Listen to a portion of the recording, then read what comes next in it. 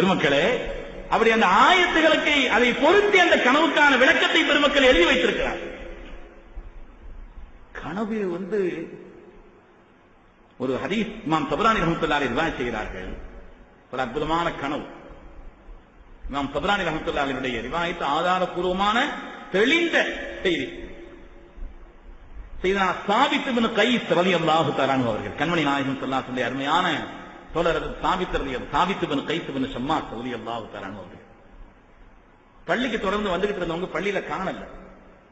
ஸல்லல்லாஹு அலைஹி ஆள் அனுப்பி அவங்க விசாரிச்சுட்டு வாங்க, ரொம்ப நாளா பள்ளிக்கு வர காணோம் என்னன்னு கேட்டாங்க. வீட்டுல போனா அழுதுகிட்டு இருக்கிறாங்க. அதுல சாபித் அவர்கள் ஒரே அழுக போயாத அழுகு. வீட்லயும் சொன்னாங்க, மனுஷன் ஒரே அழுதுகிட்டே இருக்கிறாங்க. என்ன விஷயம் கேட்டாங்க. அவங்க சொல்லி அனுப்புனாங்க, அல்லாஹ் குர்ஆன் ஷரீஃப்ல ஒரு ஆயத்தை இறக்கி விட்டாங்க. யார் நாயகமே உங்களுடைய சத்தத்தை விட ஃபௌக சௌத்தின் நபி ஸல்லல்லாஹு சத்தத்தை விட யார் சத்தம் உயர்த்தி பேசுகிறார்களோ அவர்களுடைய அமல்கள் எல்லாம் அழிந்து விட்டு விடும்னு சொன்னான். ஒரு பாவம் செய்தா அந்த பாவத்துக்கு தண்டனை தான் கிடைக்கும், பாவம் செய்தால் நன்மைகள் அழிகிறது என்றால் என்ன அர்த்தம் என்று பெருமக்கள் சொல்வார்கள். அவர் கிட்டத்தட்ட முர்த்தத்தாகிட்டார்னு அர்த்தம். முர்த்தத்தானாதான் அமல்கள் அழியும். தீனை விட்டு மதம் மாறினால்தான் செய்தான் நல்ல அமல்கள் அழியும். அதனால ஸல்லல்லாஹு அலைஹி வஸல்லம் முன்னால சத்தத்தை உயர்த்தி பேசுவது என்பது அவ்வளவு கடினமான பாவம். அது தொடர்பான வரலாறுகள் இருக்கிறது. அது ஸல்லல்லாஹு அலைஹி வஃபாத்திற்கு பின்னாலும் அந்த செய்தி இன்னைக்கும் அது நடைமுறை பேணப்பட வேண்டும். அந்த நடைமுறைகள் இன்றும் பேணப்பட வேண்டும். ஸல்லல்லாஹு அலைஹி முபாரக்கான ரவுதாவுக்கு முன்னால கூட இந்த ஆயத்துகள் எழுதி வைக்கப்பட்டிருக்கிறது. உமர் ரலியல்லாஹு தஆலா அவர்கள் தங்களுடைய ஆட்சி காலத்தில் அங்கிருந்து சத்தமிட்டு பேசியவர்களை கண்டித்திருக்கிறார்கள். ஸல்லல்லாஹு அலைஹி இருக்கிறாங்க, சத்தமிட்டு பேசுறீங்க, அல்லாஹ்வுடைய ஆயத்து உங்களுக்கு ஞாபகம் இல்லையான்னு கேட்டாங்க. ஸல்லல்லாஹு அலைஹி வஸல்லம் அந்த புனிதமான தங்கையான அந்த இடத்திலே கூட இன்னைக்கு நாம சத்தம் போடக்கூடாதுங்கிறது நமக்கு உணர்த்தக்கூடிய செய்தி, குர்ஆன் உணர்த்தக்கூடிய செய்தி. சாலிஹீன்கள் அப்படித்தான் நமக்கு படித்து தந்திருக்கிறார். அதுல சாபித்திரதான் இருக்கிறாங்களே கொஞ்சம் ஜஹீரு சௌத், கனத்த சத்தம். சத்தம் எல்லாரும் ஒரே மாதிரி இருக்காது இல்லையா? சில பேர் குசு குசுன்னு பக்கத்துல ரகசியம் பேசினா கூட 10 பேருக்கு கேட்கும். அவங்களுடைய சத்தம் கொஞ்சம் கனமா இருக்கிற காரணத்தினால இவர் ரகசியம் தான் பேசுறாரு. இன்னும் சொல்ல போனா கையை வச்சுக்கிட்டு காலையில வேற மறைஞ்சிட்டு வேற பேசுவார். ஆனா 10 பேருக்கு கேட்கும். ஜஹீர் கொஞ்சம் கனத்த சத்தம் இல்லை. அது மாதிரி உள்ள ஆளுநர் செய்யணும். சாபித்திரந்தால் சொன்னாங்களா, நான் எவ்வளவு ரகசியமா சாதாரணமா பேசினா கூட சத்தம் கும்முன்னு கேட்குது. ஸல்லல்லாஹு அலைஹி வஸல்லம் முன்னால அப்படி நான் உட்கார்ந்து ஏதாவது பேசி அவங்களுடைய சத்தத்தை விட கூடிவிட்டால் என் அமல்கள் நாசமாகி விடுமே என்பதனால் பயந்து நான் சபைக்கு வரல, ஸல்லல்லாஹு அலைஹி வஸல்லம் சபைக்கு வரலன்னு சொன்னாங்க. நான் அழுது கொண்டிருந்தாரு. இந்த செய்தியை சொன்னோன்னு ஸல்லல்லாஹு அலைஹி வஸல்லம் சொன்னாங்க, கூப்பிட்டு வாங்கன்னு சொன்னாங்க. இங்க அழைத்து வாங்க. இன்னக லஸ்த மின்ஹும், நீங்க அந்த கூட்டத்தில் உள்ள ஆள் அல்ல. புகழோடு வாழ்வீர்கள். புகழோடு வாழ்வீர்கள், ஷஹீதாக நீங்கள் இறப்பீர்கள், புகழோடு உங்களுடைய மரணமும் அமையும் ஸல்லல்லாஹு அலைஹி சொன்னாங்க. உங்களுடைய வாழ்வும் சரி மரணமும் சரி புகழோடு இருக்கும்னு ஸல்லல்லாஹு அலைஹி பாராட்டினாங்க. நீண்ட வரலாறு அவங்களுடைய வரலாறு. சுருக்கமாக சொல்வதானால் யமாமா யுத்தத்திலே சையதுனா சித்தீக்குல் அக்பர் ரலியல்லாஹு அன்ஹு ஆட்சி காலத்திலே யமாமா என்ற ஒரு யுத்தகலம் நடந்துச்சு. அந்த யுத்தகலத்தில் சையதுனா சாபித் ரலியல்லாஹு அன்ஹு பங்கு கொண்டிருந்தார்கள் என்பது மாத்திரமல்ல, அந்த யுத்தத்தில் ஷஹீதாகி விட்டார்கள். ஷஹீதான பிறகு அவங்களுடைய வாழ்க்கையில் ஒரு சம்பவம் நடந்துச்சு. ஒரு ஆளுடைய, இதை நாம் தபரானி ரஹ்மத்துல்லாஹி அலைஹி தங்களுடைய ஹதீஸ் கிதாபுல சொல்றாங்க.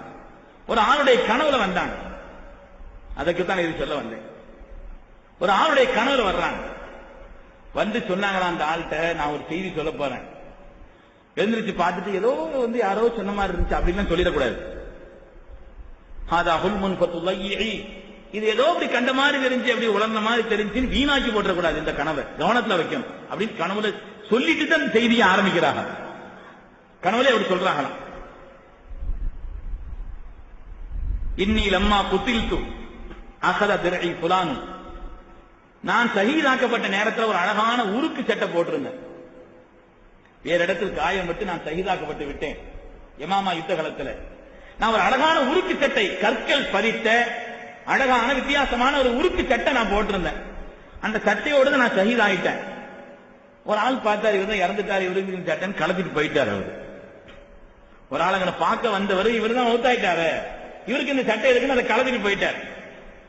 அந்த ஆள் யாரு இல்ல அடையாளம் சொன்னாங்க. ஓ மன்சிலுஹூஃபி அக்ஸன்னா, அவருடைய வீடு கூட அங்க இருக்குது. இந்த இடத்துல போனீங்கன்னா அந்த கடைசி வீடு, அதான் அவருடைய வீடு.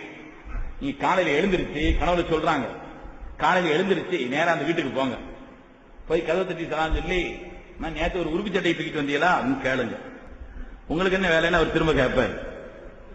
உங்களுக்கு என்ன வேலைன்னு கேட்பார். அதை தர சொல்லி எனக்கு உத்தரவு வந்திருக்கு, நீங்க எங்கிட்ட தாங்கன்னு சொல்லி சொல்லுங்க. தரமாட்டார். கனவுல சொல்றாங்களா, ஏன்னா அது தாருல் ஹக்குங்க, சத்தியத்தினுடைய உலகம். இறந்தவங்களை பத்தி நாம கனவு கண்டா பெரும்பாலும் அவங்க எப்படி கண்டமோ அப்படி இருக்கிறாங்கன்னு அர்த்தம். இறந்தவங்க ரொம்ப அழுகிற மாதிரி, வேதனைப்படுற மாதிரி, கஷ்டப்படுற மாதிரி, நோயா இருக்கிற மாதிரி, பலகீனமா இருக்கிற மாதிரி எல்லாம் கனவு கண்டோம்னா அவங்களுக்காக ஏதாவது ஓதி ஹதியா செய்யணும். உங்களுக்காக நம்ம என்ன செய்யணும், குறைஞ்சபட்சம் எதையாவது ஓதி அவங்களுக்கு ஹதியா செய்யணும். ஏன்னா அது தாருல் ஹக், சத்தியத்தின் உலகம். அது அங்க எப்படி காகமோ பெரும்பாலும் அப்படித்தான் இருக்கிறாங்க. வஃபாத்தான இவங்க வந்து சொல்றாங்க, நீங்க போய் முதல்ல கேளுங்க, அது தரமாட்டார், உங்களுக்கு என்ன வேலை, போங்கன்னு சொல்லுவார். நீ வந்துருங்க, வந்து படைத்தளபதியானவருக்கு காலிது வந்து வலிதை இரண்டாவது கூப்பிட்டுவாங்க. முதல்ல கூட்டு போயிடாதீங்க, ரெண்டாவது இவங்களை கூப்பிட்டு போங்க. கனவுன்னு சொல்றாரு, இவனை கூப்பிட்டு போங்க. இவங்களை கூப்பிட்டு போன உடனே அவர் தந்துருவார், ரொம்ப விசாரிக்க மாட்டார். கூப்பிட்டு போன உடனே அவர் தந்துருவார். அப்படி தந்தால் அதை நீங்கள் எடுத்துக்கொண்டு ஃபைதா கதிம்தல் மதீனத அலா கலீஃபத்தி ரசூலில்லாஹி ஸல்லல்லாஹு அலைஹி வஸல்லம், அந்த உருக்கு சட்டையை வாங்கிக் கொண்டு ரசூலுல்லாஹி ஸல்லல்லாஹு அலைஹி வஸல்லம் கலீஃபாவான சையதுனா அபூபக்கர் சித்தீக் ரலியல்லாஹு தஆலா சமூகம் செல்லுங்கள். அவங்கள்ட்ட போய் சொல்லுங்க, என்னுடைய கனவுல வந்து அதில் சாபித் அவர்கள் இந்த செய்தியெல்லாம் சொன்னாங்க, இந்த உருக்கு சட்டையை வித்துறணுமா, அவங்களுக்கு இந்நாள்கிட்ட கடன் இருக்குதான், அந்த கடன் நிறைவேற்ற வேண்டுமா, இறப்பதற்கு முன்னால் அவருடைய அடிமையை உரிமை விட வேண்டும் என்று நினைத்தார்களாம். உரிமை விடாம அவங்க ஷஹீத் ஆயிட்டாங்க, அதனால அடிமையை உரிமை விட வேண்டும் என்றும் சொல்ல சொன்னார்கள். அப்படின்னு அங்க போய் சொல்லுங்க. ஹதீஸ் நீண்டு வருகிறது. அன்பது அபூபக்கரின் வசியத்தஹு, சையதுனா அபூபக்கர் சித்தீக் ரலியல்லாஹு தஆலா அவங்க இடத்துல போய் இந்த செய்தி அவங்க சொல்றாங்க. அவங்க கனவுல இருந்து எழுந்திருக்கிறாங்க. எழுந்திருச்ச உடனே நேரம் அந்த வீட்டுக்கு போறாங்க, கதவு தட்டுறாங்க, சலாம் சொல்றாங்க, கதவு தட்டுறாங்க. அதுக்கு பேர் அவர்கிட்ட கேட்கிறாங்க, உருகு சட்டையை தூக்கிட்டு வந்தீரா, கனவுல சொன்ன மாதிரி அவர் சொல்றாரு, உங்களுக்கு என்ன வேலை, போங்கிறாரு. சரி, ஒவ்வொன்னா நடைமுறை ஆகிட்டு இருக்குதுன்னு சொல்லி அடுத்து செய்யுதுனா காலிது பின் வலீதை கூப்பிட்டு வந்தாங்க ரலியல்லாஹு தஆலா. அவங்க கூப்பிட்டு வந்த உடனே ஒண்ணுமே பேசல. அப்ப வந்து சட்டை கேட்ட ஆள் தான், என்ன பிடிங்கன்னு கையில கொடுத்துட்டாரு. எடுத்துக்கொண்டு போய் சையதுனா அபூபக்கர் சித்தீக் ரலியல்லாஹு தஆலா மதீனாவுக்கு வந்தாங்க. சித்தீக்குல் அக்பர் வந்து சொன்னார்கள், ஃபஅன்பத அபூபக்கரின் வசியத்தஹு, சையதுனா அபூபக்கர் சித்தீக் ரலியல்லாஹு தஆலா அவர்கள் அந்த கனவை அவர்கள் நிறைவேற்றினார்கள், அந்த வசியத்தை காப்பாற்றினார்கள். திருமக்களே, அல்லாஹ் குர்ஆனிலே ஒரு இடத்திலே